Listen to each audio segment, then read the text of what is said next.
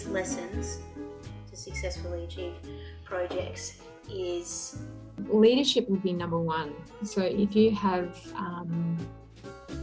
really open, transparent, communicative leaders, if you have leadership at the CEO or executive or director level, that helps enormously within the organisation in the delivery of places. I think that without that leadership at that level, there are a lot of amazing people that are sitting in place operations level that have to struggle and manage from the bottom up. So I think that would be the primary kind of pattern that I see delivers excellent places. How do we not kill the unicorn in terms of communities coming up and saying, hey, I really want to do that?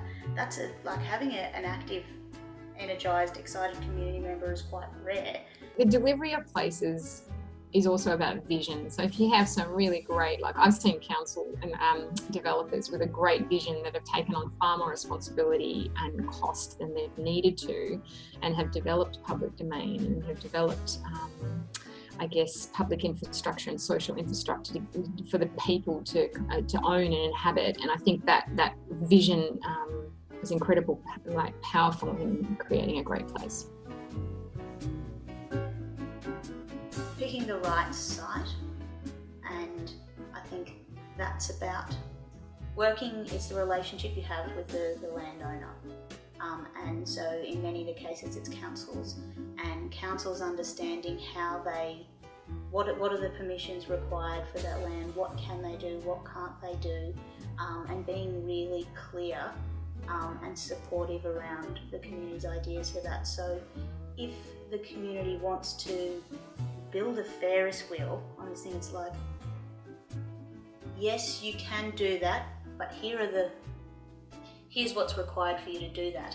And perhaps what we sort of promoted, before you build a Ferris wheel, why don't you try having a fate or something smaller and achievable on the site, so the council can get used to that space and that group, and you can build that, build that connection and trust, and you can start with something small and achievable, and then say, right, if you don't all want to kill each other at the end of this, you're ready to move on. You can maybe try something bigger. So it's building that relationship and trust, starting with something that you can achieve, and something that's not going to overcommit council, and it gives the community itself a chance to, respond and get used to that change.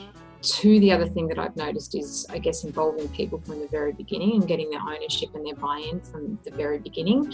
And I think that can evoke some incredible levels of trust with the community, and I think and confidence with the community if they're taken along that journey from the very beginning. If you're working in a really well-established neighbourhood and you want to bring in something new, there's a good chance that you're going to come across some pushback. So we tested a temporary dog park, which was, you would think, the most controversial thing that we could do in a space, but tested a temporary dog park just to see, because there was contentious issues around that. 3 years later, the park's been approved and got installed recently. It's now a permanent feature, but it took that test period for people to get comfortable with it, and for council to get comfortable with, okay, well, here are the issues that we're going to come across. How are we going to respond to this?